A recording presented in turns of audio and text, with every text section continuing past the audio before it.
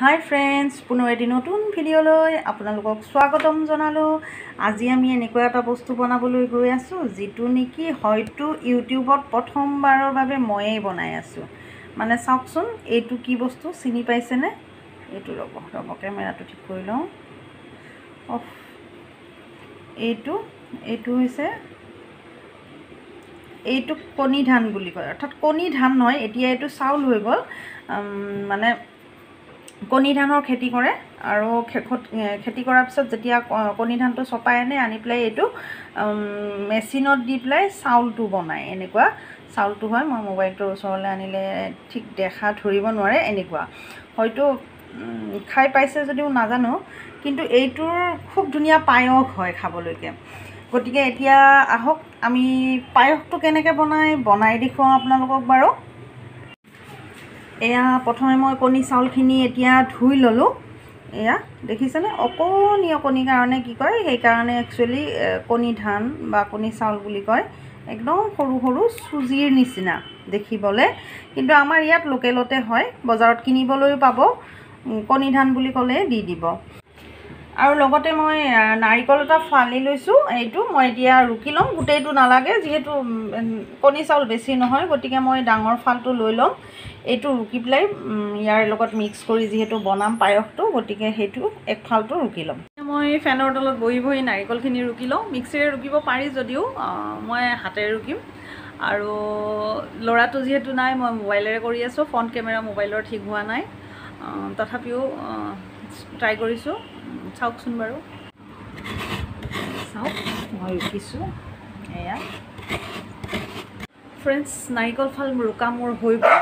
ভাগৰ লাগিছে, ঘামি গৈছোঁ, বহুদিন ৰুকা নাছিলোঁ। এইটো চাব, এয়া চাওক মই ৰুকিলোঁ। সেইটো ভাগৰ লাগিছে। এতিয়া নেক্সট ষ্টেপলৈ আগবাঢ়ো ব'লক। এতিয়া মই ইয়াত প্ৰেছাৰ কুকাৰটোত কণী চাউলখিনি দি দিলোঁ, লগতে নাৰিকল দিম, দি পানীৰে অকণমান সিজাই ল'ম। আপোনালোকে চেনি বা গুড়ো দিব পাৰে, কিন্তু মোৰ যিহেতু হাজবেণ্ডৰ চুগাৰ আছে, গতিকে মই এতিয়াই একো এড নকৰোঁ। পিছত মই এড কৰিম গাখীৰ আৰু গুড় বা চেনি কিবা এটা।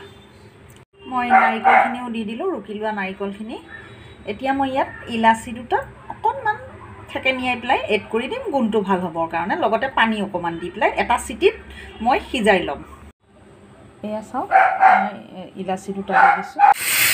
এয়া চিটি মাৰিলে মই এতিয়া গেছটো বন্ধ কৰি থৈ দিম কিছু সময়ৰ কাৰণে। এতিয়া এই গ্লাছ গাখীৰ মই ইয়াত ঢালি দিম। ঢালি দি যিহেতু চিটি মাৰিছিল, চিটিটো বন্ধ কৰি মই থৈ দিছিলোঁ কিছু সময়। এতিয়া মই এখন হাতেৰে দেখুৱাব পৰা নাই, মই ঘুটি লওঁ, তাৰপিছত মই দেখুৱাই আছোঁ। এয়া চাওক, মই ঘুটি ল'লোঁ। এতিয়া মই বইল হ'বৰ কাৰণে, উতলিবৰ কাৰণে মই জুইত বহাই দিম। এনেকুৱা অপেনলি ঢাকনিখন নলগাওঁ, মই যিহেতু লাৰি থাকিব লাগিব। ধৰিব পাৰিছেনে? মই এনেকৈ উতল আহিলে হাজবেণ্ডৰ কাৰণে থৈ উঠি পেলাই তাত মই গুড় এড কৰি দিম।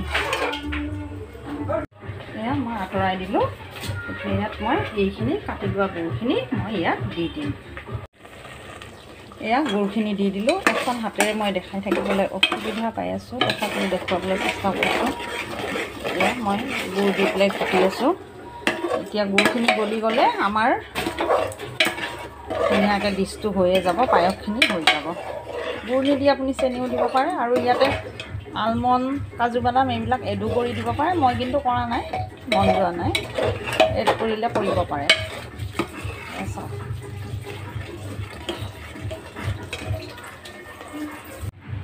এয়া মোৰ হৈ গ'ল।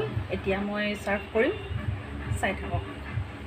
এয়া মই ছাৰ্ভ কৰিছোঁ বাতিত। এতিয়া মই ইয়াতে সজাব, ইচ্ছা কৰিলে সজাব পাৰি। মই ইয়াত আলমণ্ড, কাজু আৰু খিচমিচ দি পেলাই সজাই দিছোঁ। দেখিবলৈ ভাল লগা হয়, খাবলৈও টেষ্টি হয়।